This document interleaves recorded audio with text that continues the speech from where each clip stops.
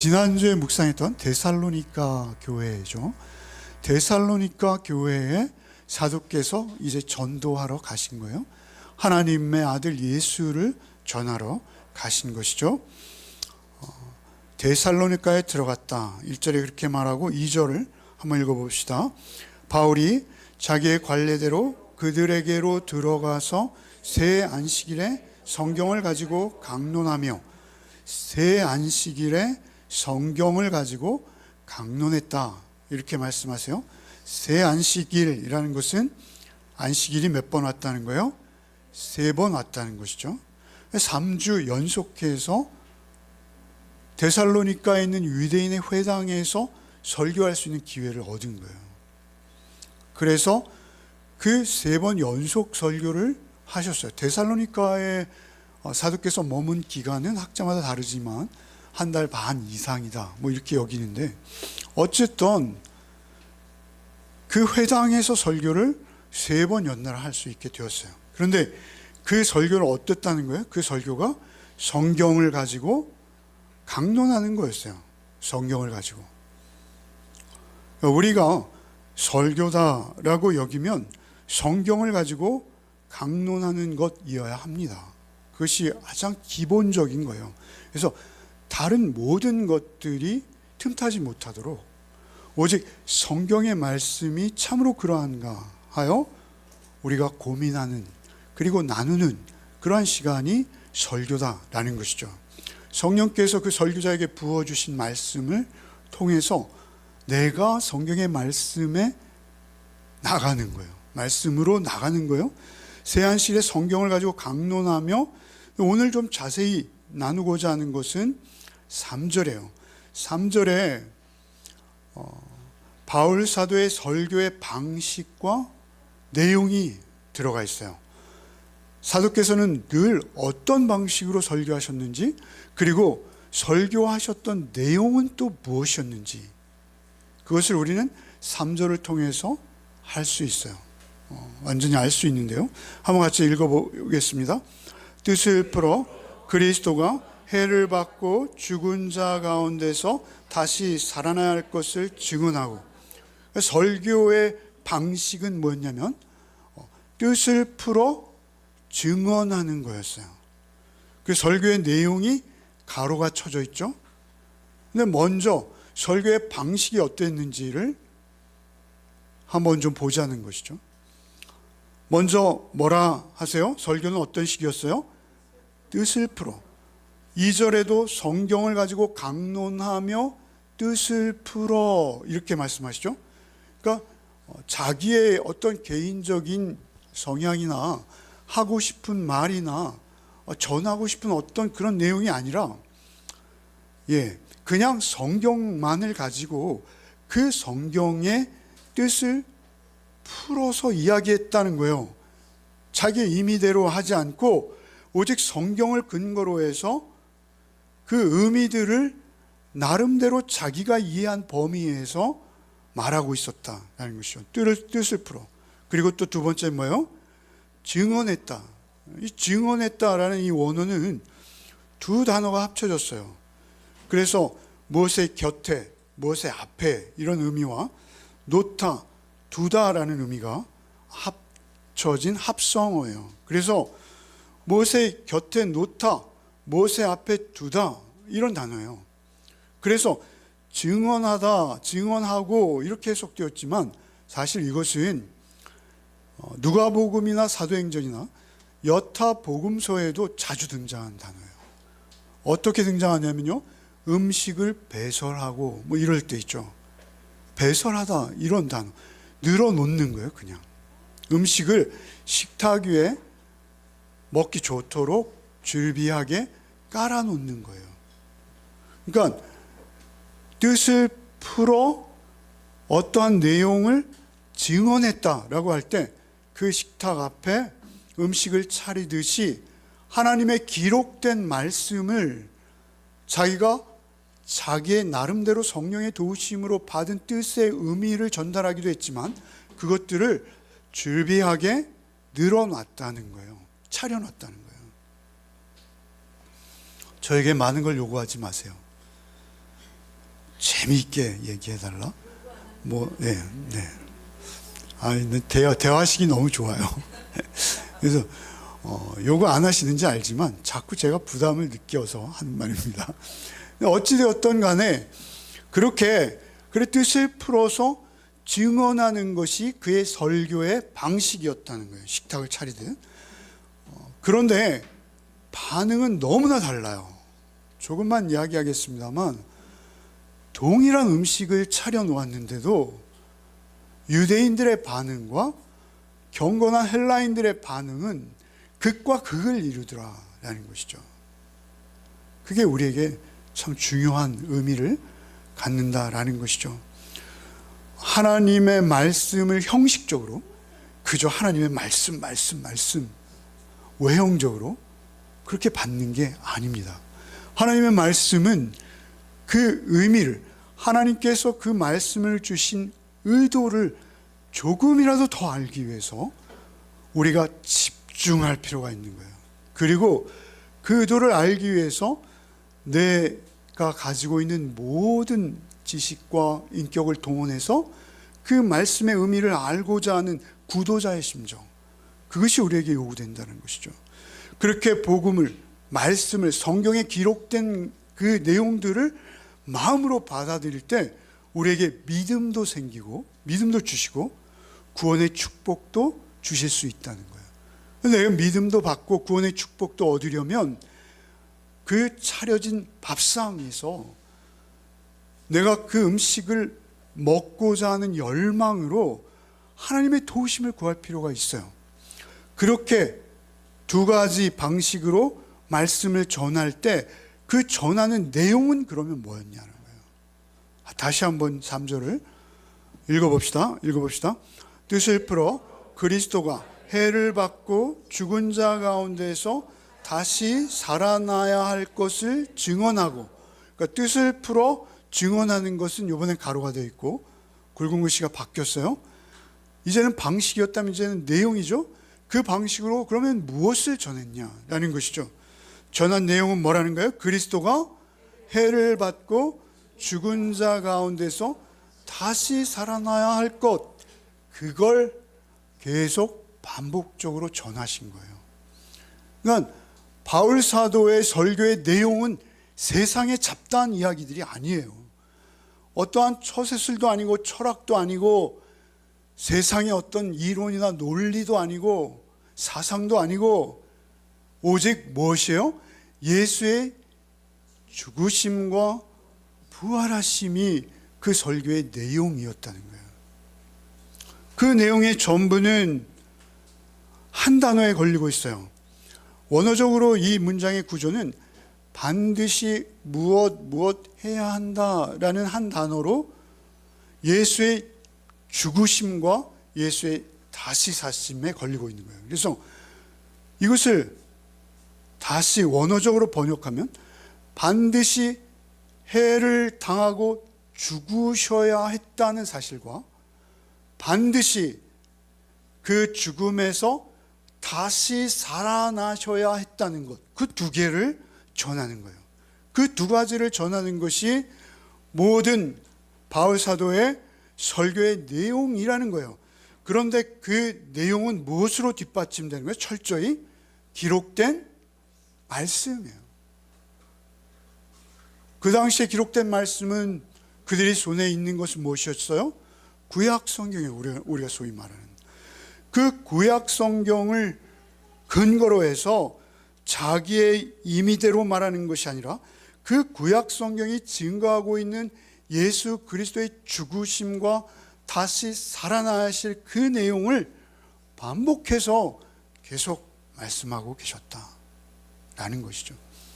그 많은 선교지에 이르고 그 많은 회당에서 설교를 하시고 강연을 하시고 모든 것을 하셨지만 그 모든 내용은 이 3절 말씀 안에 집약되어 있다라는 것이죠. 십자가의 죽음 당하실 것을 예수께서 제자들에게 몇 번이나 말씀하셨어요? 복음서에 3번씩 반복하셨죠. 마태, 마가, 누가 공이 일정한 간격을 두고 내가 십자가에 죽임 당하고 다시 살아나야 할 것이야 라고 제자들에게 계속 말씀하세요. 계속. 한 번이 아니라 일정한 간격을 두고 2번, 3번 말씀하세요. 그런데도 제자들은 전혀 듣지 못해요. 왜 그래요? 쉽지 않은 거예요. 쉽지 않은 거예요. 그 사실 자체가 우리가 받아들이기에 우리의 본성적 자아가 너무 완악하고 강팍한 거예요. 사실 예수께서는 모든 면에서 심령이 가난한 자는 복이 있나니 천국이 그들의 것이며 라는 말씀 입을 떼시면서부터 사실 모든 말씀은 자신의 죽음과 삶, 부활에 대해서 증거하신 내용들임에도 불구하고 그들은 그 말씀을 인정하는 것, 받아들이는 것이 쉽지 않다는 거예요. 우리 본성적으로. 그래서 우리는 조금 다르고 색다른 것들이 좋지, 우리의 본성을 지적하고 그리고 그 죄를 들춰내고, 이 십자가입니다. 싫은 것입니다. 그래서 예수께서 공생의 기간에 3번이나 그들에게 반복하셨으나 못 알아들어요. 그리고 예수께서 십자가에 죽임당하시자 어떻게 해요? 뿔뿔이 흩어져요. 즉시 그 십자가에 죽임당하실 때 제자들까지 함께하지 못해요.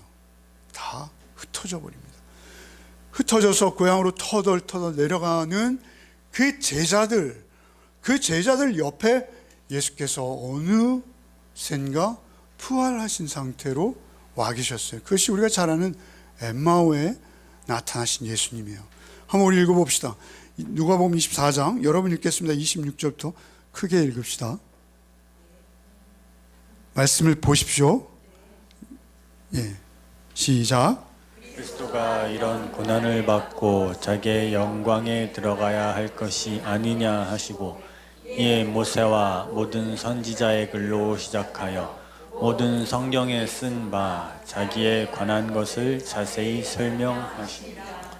예, 다시 부활하신 예수께서는 그 제자들, 터덜터덜 고향으로 돌아가고 있는 그 힘 빠진 제자들에게 한 가지를 얘기하고 싶으셨어요.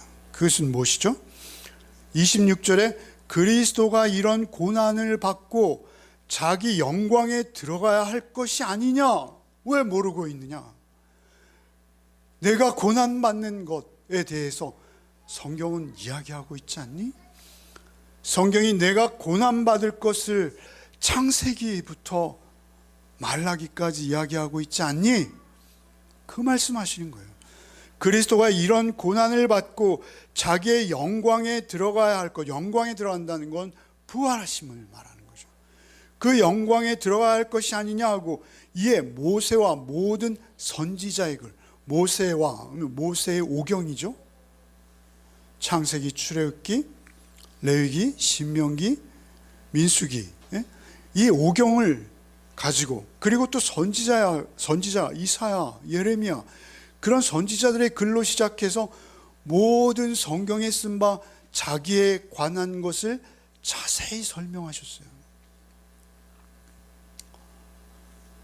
그들이 예수님의 십자가 대속의 죽음을 보고도 고향으로 돌아갔던 이유는 하나예요. 성경을 몰랐던 거예요. 성경을 제대로 보지 않은 거예요. 그제야 예수께서 그것을 말씀하시자 그들은 그분이 예수이신 것을 어렴풋이 합니다. 어렴풋이. 그리고 보니까 안 계신 거예요. 그래서 제자 둘이 이야기하는 것이죠. 32절 한번 읽어봅시다. 32절, 27절까지 읽었죠. 32절 한번 읽어봅시다. 시작. 그들이 서로 말하되 길에서 우리에게 말씀하시고 우리에게 성경을 풀어주실 때 우리 속에서 마음이 뜨겁지 아니하더냐 하고, 우리에게 성경을 풀어주실 때, 바울 사도가 성경을 설교하는 방식이 뭐라고 했어요? 뜻을 풀어. 예수께서 그들에게 성경을 풀어주실 때에 우리 속에서 마음이 뜨겁지 아니하냐? 라고 다른 제자에게 묻고 있는 거예요. 은혜입니다. 이것을 은혜라는 것입니다. 우리가 은혜 받는다, 은혜 받았다 라고 하는 것은 여러분이 많이 웃었다, 많이 울었다 이런 게 아닙니다. 여러분의 개인적인 어떤 만족이 왔다, 흡족함이 있었다 이런 게 아닙니다. 여러분, 성경에 기록된 말씀이 하나님의 음성으로 들리는 것이 은혜입니다. 그 하나님의 음성이 들려서 성경이 뚜렷한 진리로 내 영혼에 새겨지는 것, 그것이 은혜입니다. 그런데 그 은혜를 그들에게 허락하신 거예요. 그래서 우리의 마음이 뜨겁지 아니하더냐? 드디어 이제 그들에게 예수의 십자가와 예수의 부활하심이 말씀에서 뚫리고 자기의 삶 속에서 경험되어지는 순간이에요. 마음이 뜨겁지 아니하더냐? 라고 예수를 만났다는 것을 서로 이야기하고 있다라는 것이죠. 여러분, 이것은 바울 사도께서 하시는 설교의 내용의 전부다라는 것이죠. 3절을 마지막으로 한 번만 더 읽어보겠습니다. 3절을 한번 더 읽어봅시다. 뜻을 풀어 그리스도가 해를 받고 죽은 자 가운데에서 다시 살아나야 할 것을 증언하고 이르시되 내가 너에게 전하는 이 예수가 곧 그리스도라. 이번에는 굵은 글씨가 달라졌죠? 굵은 글씨와 얇은 글씨의 차이가 별로 없나요? 근데 하여튼 굵은 글씨 뭐야? 이 예수가 곧 그리스도라. 결국 예수의 죽으심과 부활하심의 내용인데 그 내용은 뭐냐면 그분이 우리의 구원주야가 내용이야. 그러니까 뭐냐면 우리를 구원하시는 방법은 뭐예요? 죽으심과 다시 사심이 우리의 구원 자체라는 거예요. 그 죽으심과 다시 사심이 우리의 구원을 이루었어요. 그래서 이 예수가 곧 예수, 여호수아, 그죠? 예수의 이름은 뭐예요? 저가 저희 백성을 죄로부터 구원할 자, 구원자, 예수라는 이름의 뜻이죠. 마태복음 1장 21절 묵상인데 아주 오래전 같아요. 중요한 구절을 외우셔야 돼요. 예수, 그가 그리스도, 그리스도는 뭐야? 메시아. 그 십자가에 죽은 예수가 부활하심으로 우리에게 구원주 메시아가 되셨어. 예수는 그리스도야. 이 말이 계속 반복되는 거예요. 십자가에 처참하게 죽었다가 다시 사신 그분만이 우리의 구원주 메시아야 라고 말하고 있는 거예요. 그러니까 내용을 반복한 거예요. 형태만 바뀐 거예요. 결론은 항상 동일했어요. 여러분, 이것은 사도행전에서 계속 반복돼요. 예수는 그리스도다. 다 읽을 수는 없고 베드로가 했던 5장 42절 한번 읽어봅시다. 시작.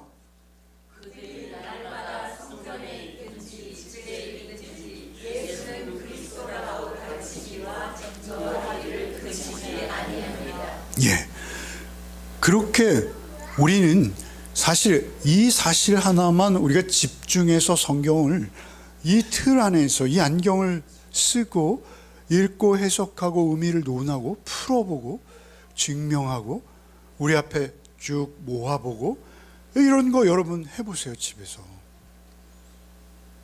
그게 내 양식이 되는 거예요. 목사한테 주는 거 아니고요. 여러분이 손해보는 거 아니에요. 그렇게 하실 때, 여러분 묵상하실 때 그것들이 다 여러분 영혼의 양식, 우리의 육의 양식보다 중요하잖아요. 우리의 육의 양식은 영혼의 양식을 위한 것들입니다. 사실 여러분, 그래서 데살로니가 교회에 갔을 때 그 교회에 처음 복음을 전할 때의 모습이십니다만 나중에 이제 데살로니가에서 어떻게 돼요? 도망하죠. 복음을 전했는데 이 체면치레도 못하게 또 도망해야 하는 거예요. 데살로니가 어떻게 들어갔어요? 도망온 거예요. 그리고 데살로니가에서 또 도망가요. 그런데 그 내용을 누가 다 알아요? 데살로니가 성도들이 다 알아요. 너무 잘 알아요. 그래서 사도의 선교비, 아니 도피 자금이라고 해야 될까요? 모아서 보내는 거예요. 여러분, 그 데살로니가 교회에서 바로 도망와서 고린도에서 데살로니가 교회로 편지를 써요. 그게 데살로니가 전서예요. 한번 좀 읽어봅시다. 9절 10절 한번 읽어봅시다. 그들이 우리에 대하여 스스로 말하기를 우리가 어떻게 너희 가운데 들어갔는지와 너희가 어떻게 우상을 버리고 하나님께 돌아와 살아계시고 참되신 하나님을 섬기는지와 또 죽은 자들 가운데서 다시 살리신 그 아들이 하늘로부터 강림하실 것을 너희가 어떻게 기다리는지를 말하니 이는 장래의 노하심에서 우리를 건지신 예수시니라. 여기 보면 우리가 어떻게 너희 가운데 들어갔는지와 너희가 어떻게 우상을 버리고 하나님께 돌아와 살아계시고 참되신 하나님을 섬기는지와 어떻게 우리가 도망 중에 너에게 도피하였는지와 다 알 거 아니에요, 그죠? 그거 말씀하시는 거예요. 사도께서는 그들에게 가서 병원을 지어주고 학교를 지어주고 좋은 예배당을 건축해주고 그런 게 아니에요. 바울 사도가 전한 것은 오직 뭐예요? 십자가에 죽으신 예수, 그리고 다시 사신 예수, 그걸 전한 거예요. 그것만 전한 거예요. 누추하고 참으로 거지 같은 몰골을 하고 그들 가운데 들어가서 그 복음만을 온전히 전하신 것이죠.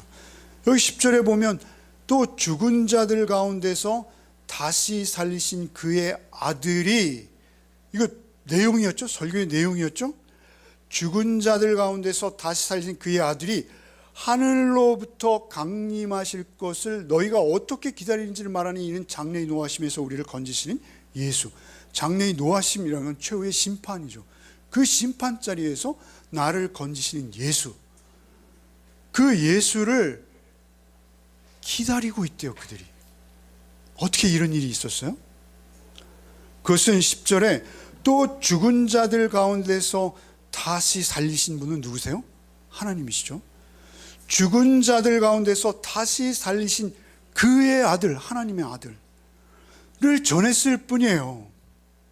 다시 하나님께서 살리셨습니다 를 전했는데 그들의 신앙이 소망하고 바라보는 건 뭐였냐면 그 아들이 다시 오실 것이다. 살아나셨기 때문에. 그리고 지금 하나님 우편에 계시기에 그분이 다시 오십니다. 이 소망을 가지게 되었다는 것이죠. 여러분, 놀랍고 신비한 것은요, 이 복음의 능력 중에 하나는요, 십자가에 죽으신 대속의 주님을 내가 믿음으로 반응했을 때, 그 예수를 믿을 때 우리는 다시 사신 예수도 함께 믿게 돼요. 받아들이게 돼요. 여러분, 이것은 떨라 뗄 수 없어요. 복음 자체는 하나로 연결되는 거예요. 대속의 은혜와 부활의 소망은 하나예요. 그래서 내 죄를 속하신 예수가 하나님의 아들, 죄 없으신 그분이시라는 것을 알게 될 때 우리 가운데 또 하나 나타나게 되는 특징은 그 나라를 소망하게 돼요. 그리고 그분의 다시 오심을 기다리게 된다는 거예요. 그렇게 삶의 목적이 뒤바뀌고 거듭나서 전혀 새로운 존재로 탈바꿈하는 그 역사가 예수의 죽으심과 다시 사심을 믿는 믿음 안에서 다 완성되는 거예요. 그게 시작이요, 그게 끝이요, 완성인 것입니다. 그렇게 복음이 부음바 되었을 때 4절과 5절 한번 읽어봅시다. 읽어보겠습니다. 4절 5절. 제가 자막을 안 넣었네요. 4절과 5절 한번 읽어봅시다. 그 중에 어떤 사람 곧 경건한 헬라인의 큰 무리와 적지 않은 귀부인도 고난을 받고 바울과 실라를 따르나 그러나 유대인들은 시기하여 저자의 어떤 불량한 사람을 데리고 떼를 지어 소동하게 하여 야손의 집에 침입하여 그들을 백성에게 끌어내려고 찾았으나. 오늘 본문은 여기까지죠.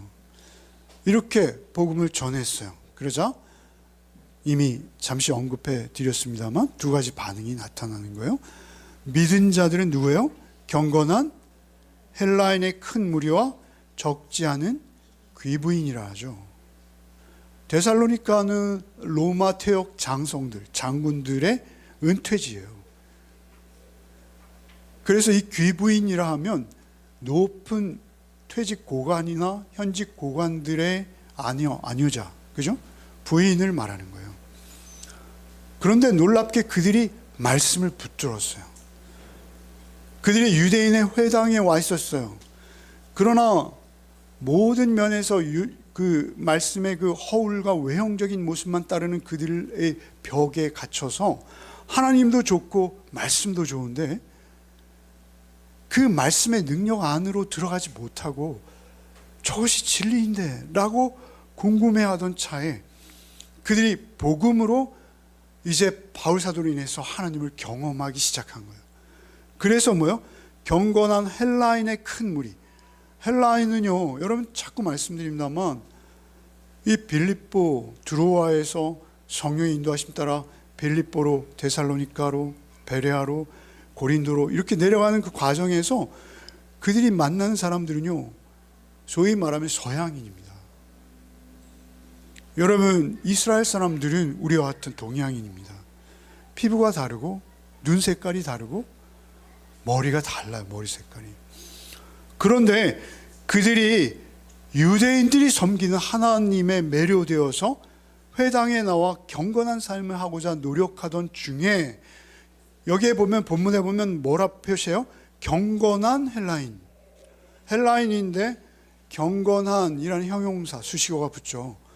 그 경건한 헬라인의 큰 무리와 많은 귀부인들이 바울을 따랐다라는 것은요, 새로운 만남을 형성했다라는 의미예요. 단어가. 그래서 새 공동체를 만든 거예요. 새로운 모임의 장소를 새로 준비한 거예요. 여러분, 그러한 상황에서 놀랍게도 유대인들, 누가 더 말씀을 더 잘합니까? 유대인들은 날 때부터 말씀을 외우고 말씀만을 교육받은 사람들이에요. 다른 건 교육하지 않아요. 뭐 영어, 수학, 국어 이런 거 안 해요. 걔들은 태어나서부터 성경만 배운 사람들인데 그들은 믿음으로 받지 않은 거예요. 믿음으로 받지 않아서 그들은 심지어 불량한 사람들을 데리고 소동을 일으켰다 하죠. 불량한 사람들이 유대인들과 어울릴 수 있나요? 못 어울려요. 그들을 돈으로 매수했다는 거예요. 유대인들이 사실은 하나님의 사람이다 하고 입만 열면 얘기하고 있으나 그들의 실제 삶을 들여다볼 때는 불량한 불량배들, 힘을 쓰는 폭력배들을 돈으로 매수해서 소동을 일으키는 야비한 일도 서슴지 않는 그런 인격이라는 거예요. 그 유대인들이 그 불량한 폭력배들을 동원해서 바울 사도 일행을 데살로니가로부터 몰아내려는 목적으로 떼를 지어 성을 소동케 하고 있었다는 것이죠. 여러분, 복음은요, 절대 순하게 전해지지 않습니다. 여러분, 복음은 좋은 게 좋은 거야. 교회 출석하고 내가 성경을 따라 살면 내가 잘 되고 범사에 우리 아이들도 강건하고 좋은 대학 가고, 그게 아니다라는 것입니다.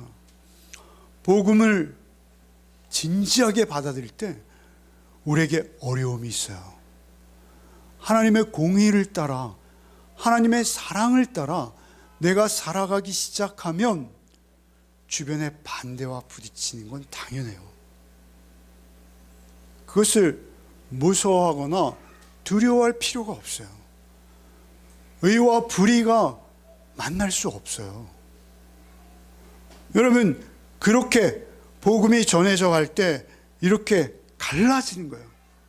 확연히 달라지는 거예요.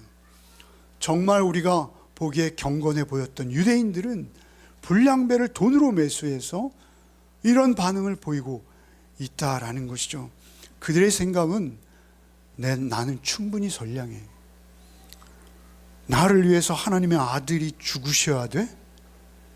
내가 그런 흉악범이야?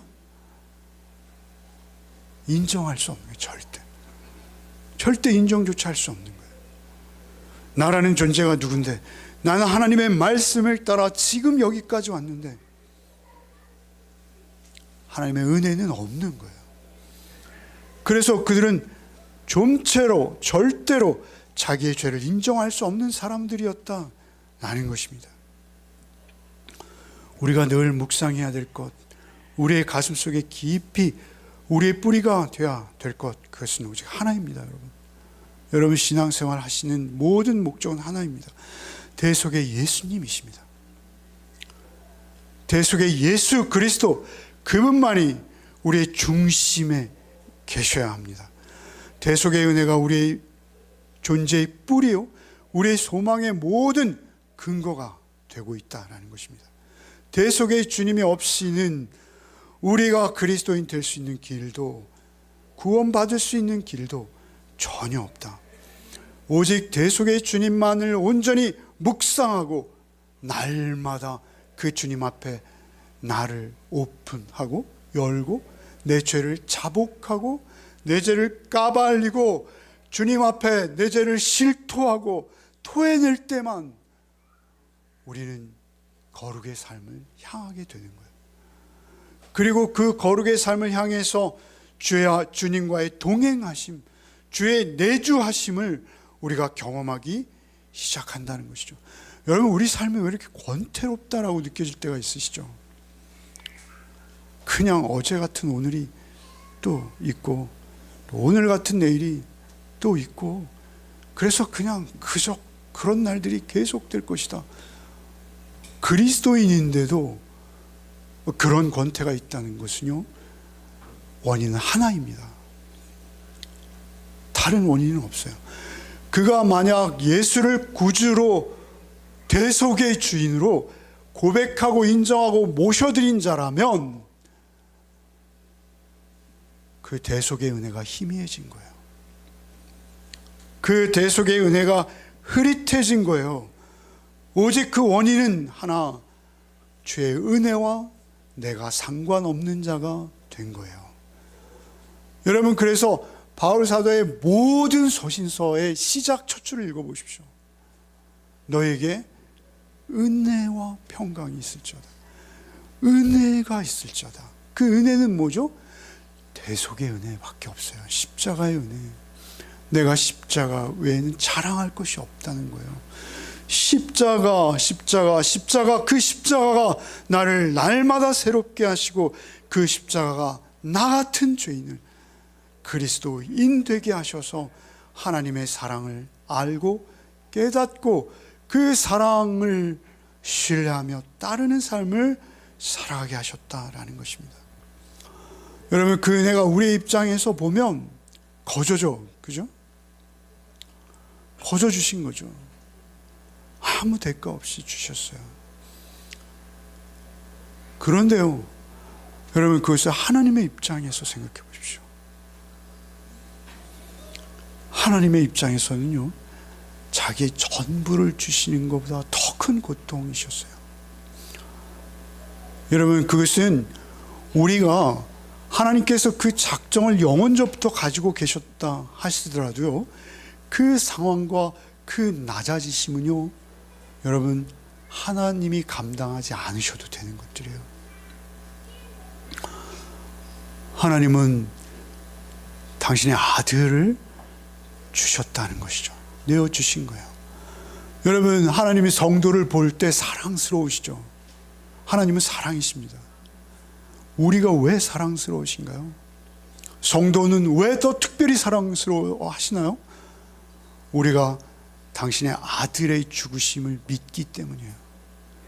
하나님의 사랑이 우리에게 실질적으로 부음받아지고 그 사랑이 내게 확인되어지고 그 사랑이 나의 삶의 주인이 되어지는 법은 무엇이냐면 하나님의 아들을 나에게 주신 그 사랑을 내가 온전히 믿고 신뢰할 때, 그 아들의 죽으심이 없이 나의 구원이 이루어질 수 없다라는 것을 분명히 알 때, 여러분, 그때 하나님의 사랑도 부음받아지는 것입니다. 그 사랑을 어떻게 깨달을 수 있어요? 그 사랑을 어떻게 할 수 있어요? 예수께서 십자가에 달리셔서 엘리 엘리 라마 사막다니, 나의 하나님 어찌하여 나를 버리십니까? 라는 그 고백이 있을 때도 하나님께서는 당신의 아들을 외면하시고 십자가에 내려주시지 않으시고 창에 찔리시고 피 흘리시고 육체적 죽음을 당하시는 그 고통을 고스란히 경험하도록 내어주신 거예요. 하나님이신데, 그분이. 하나님의 입장에서는요, 여러분, 그것이 거저되어진 것이 아닙니다. 절대 그냥 이루어진 것이 아닙니다. 여러분, 하나님을 우리가 아버지와 아들의 관계로 하나님 우리를 설명하세요. 우리에게. 그럼에도 불구하고 성부와 성자의 관계처럼 우리가 우리 보통 우리 부모와 자식 간의 관계처럼 이해하려고 하는데 그거 아닙니다. 삼위일체 가운데 성부와 성자와 성령으로 존재하시는 하나님께서 또 다른 존재 방식의 성자를 통해서 하나님의 사랑을 증명하시는 건데요, 사실은 이건 신비롭습니다. 여러분, 이것이 신비해요. 여러분, 저도 아들이 있습니다만 아들과 저의 관계는요, 사실 아들이 저에게 배은망덕해 한 짓을 하더라도 저는 그렇게 크게 섭섭하지 않아요. 저는 아들과 나의 관계는 인격 대 인격이에요. 사실 제가 그 인격 앞에서 조금이라도 더 나은 인격이라 할 수도 없고요. 그 아들의 인격 또한 하나님 앞에서 그냥 온전한 한 인격이기를 원하는 것일 뿐이죠. 인격 대 인격입니다. 그냥 인간 대 인간이에요. 하나님께서 아버지랑 아들로 인연해 주셨어요. 거기에 감사하고 사랑하죠. 최선을 다하죠. 그러나 인격 대 인격입니다. 그러나 하나님과 우리의 관계는요, 그렇지 않아요. 아버지라고 우리가 부르고 또 그 관계 속에서 우리가 하나님을 이해합니다만 하나님은 창조주이세요. 엄연히 하나님은 창조주이시고 나는 피조물입니다. 창조주 하나님 앞에 연약한 피조물이라는 것을 우리 잊지 말아야 돼요. 그런데 그 피조물을 사랑하사 하나님께서 그 구원을 이루시고자 하나님의 아들을 내어주시기까지 나를 사랑하신 그 사랑이 나에게 실제가 되는 것은요, 결국 그 아들의 십자가 지심 외에는 없습니다. 그것이 나에게 실제로 다가오는 것은 신비이고 성령께서의 도우심이에요. 그래서 그 십자가에 나가기 위해선 항상 내가 먼저 나를 직면할 필요가 있어요. 나를 직면할 필요가. 내가 어떤 존재인지, 나의 존재를 정직하게 들여다볼 필요가 있어요. 내가 얼마나 냄새나고 추하고 이기적이며 참으로 못되었는지를 내가 늘 들여다볼 필요가 있어요. 예수 없는 나의 모습, 예수 없는. 그때만 우리는 예수를 붙들 수 있습니다. 그 나의 존재, 나의 자아가 얼마나 못났는지를 볼 때에만 우리는 예수를 붙들 수가 있어요. 그리고 예수 십자가를 의지할 수가 있어요. 그때만 우리는 작아질 수 있어요. 그때만 우리는 나의 옛사람이 죽어갈 수 있어요.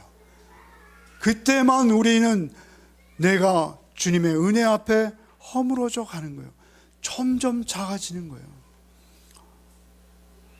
그리고 오직 내 안에 사신 주님만 또렷해지는 거예요. 그 또렷해지는 주님을 사모하며 멈추지 않고 쫓는 거예요. 그것이 우리의 신앙의 전부입니다. 그렇게 주님을 쫓아갈 때 우리는 녹아지고 없어지기까지 가능해지는 것입니다. 여러분, 데살로니가 전서 2장 13절 한번 읽어봅시다. 이러므로 우리가 하나님께 끊임없이 감사함은 너희가 우리에게 들은 바 하나님의 말씀을 받을 때 사람의 말로 받지 아니하고 하나님의 말씀으로 받음이니 진실로 그러하도다. 이 말씀이 또한 너희 믿는 자 가운데에서 역사하느니라. 여러분, 이러므로 우리가 하나님께 끊임없이 감사함은 고린도로 급히 도망온 바울 사도께서 데살로니가 교회를 향해 편지하시면서 뭐라 하냐면 데살로니가 교회 소식을 계속 들으실 거 아니에요. 그 소식, 들려오는 소식을 들으면서 13절에 이러므로 우리가 하나님께 끊임없이 감사함은 너희가 우리에게 들은 바 하나님의 말씀을 받을 때 사람의 말로 받지 않아 하나님의 말씀으로 받음이니. 데살로니가 교인들아, 너네가 내가 이야기할 때 하나님의 말씀을 듣는 것처럼 들어줘서 너희에게 감사해. 이렇게 한 게 아니라 누구에게 감사해요? 하나님께 감사하고 있어요. 하나님의 은혜라는 것이죠. 하나님의 은혜 주셔서 그 말씀의 성찬이 베풀어질 때, 그 말씀을 풀어 설명하고 증거하고 증명하려고 말씀을 늘어놓을 때 놀랍게도 그 말씀들이 하나님께서 주신 성찬으로, 말씀으로 그들에게 받아들여진 거예요. 그것이 은혜입니다. 하나님께 끊임없이 감사함은 너희가 우리에게 들은 바 하나님의 말씀을 받을 때 사람의 말로 받지 않으며 하나님의 말씀으로 받으면 진실로 그러하다. 이 말씀이 또한 너희 믿는 자 가운데 역사하느니라. 이 말씀이 역사하는 거예요, 우리 가운데.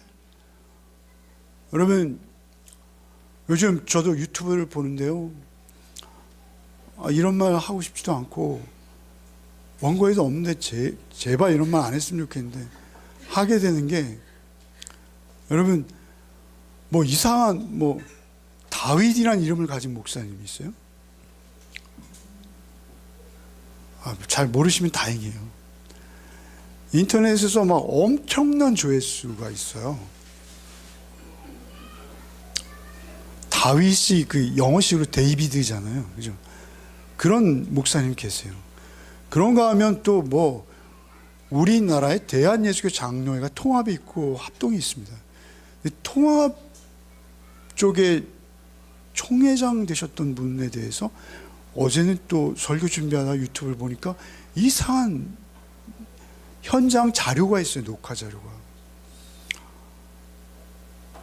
차마 이야기할 수 없어요, 제 입으로도. 어떻게 그렇습니까? 이제 교회가 점점 사회적 설득력을 잃고 복음이 설 자리가 점점 희소해지는 이때에 사단의 공격은 사람을 통해서 오는 것 같아요. 조회수가 한 번 설교만 하면 조회수가 몇만씩 되던 목사님이 사라지셨어요. 교회도 그대로 놔두고 목사님은 홀로 사라지셨어요. 그런가 하면 우리 대한예수 장로회 쌍벽을 이루는 교단의 총회장님이 그런 영상 자료가 방송에 난무하고 있어요. 여러분, 이러한 현실을 어떻게 보아야 합니까? 여기에 보시면 지금 13절 후반에 이렇게 말씀이 또한 너희 믿는 자 가운데에서 역사하느니라. 말씀이 역사하는 거예요.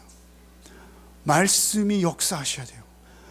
여러분의 믿음은 오직 어디에 근거하셔야 합니까? 말씀에 근거하셔야 돼요. 여러분이 말씀을 떠나면 아무것도 아닙니다. 여러분이 말씀에 근거하고 나의 삶의 말씀의 뿌리, 말씀이 육신이 오신 예수. 예수의 그 대속의 은혜, 그분이 흘리신 보혈이 내 피를 타고 흘러야 돼요. 그분의 대속의 은혜가 성찬을 받을 때 1년에 2차례씩만 우리가 포도주 잔을 기울이는 게 아니라 그분의 대속의 은혜가 내 존재의 뿌리가 되고 근원이 되고 나의 삶의 모든 구석구석에 그분의 대속의 은혜가 늘 넘치지 않으면 우리는 그런 유혹으로부터, 그러한 세상의 판단으로부터 전혀 무방비 상태가 될 수 있는 존재입니다. 언제든지 그렇습니다. 오직 말씀으로 또 한 주간을 하나님의 은혜로 살아내시는 복이 있으시기를 바랍니다. 말씀에 근거하셔서 성령님의 역사를 사모함으로 그 은혜와 건강, 그 감격을 나에게 늘 주십시오 라고 기도할 때 하나님께서 우리의 옛사람, 우리의 옛자아, 우리의 못난 죄성, 그것은 점점 없어지고 허물어지고 작아지고 오직 내 안에 그리스도께서만 더욱 또렷하고 확실해지는 은혜가 한 주간도 말씀을 묵상하는 가운데 여러분 안에 풍성하기를 소원합니다. 주님, 우리의 신앙, 우리의 믿음이 어디에 있는지요? 우리의 삶과 우리의 삶의 정황을 그저 도우시는 하나님 정도로 우리가 인식하고 있지 않은지요? 주여, 오직 하나님께서는 나를 위해 아들을 십자가에 내어주신 분이심을 기억하게 하여 주옵소서. 처참한 십자가에 못 박히사 나의 모든 죄를 대속하신 예수만 우리 삶의 주인이 되게 하여 주시옵소서. 아니, 다시 사셔서 지금 내 안에 내주하시며 끊임없이 기록된 말씀을 통해서 나에게 나의 삶의 방향을 지시해 주시는 주님이 내 안에 거하심을 날마다 고백하는 우리의 삶이 되게 하여 주옵소서. 어디에 있든지 무엇을 하든지 오직 그 주님이 나의 주인 되는 또 한 주간이 되게 하여 주옵소서. 예수 그리스도 이름 받들어 기도하옵나이다. 아멘.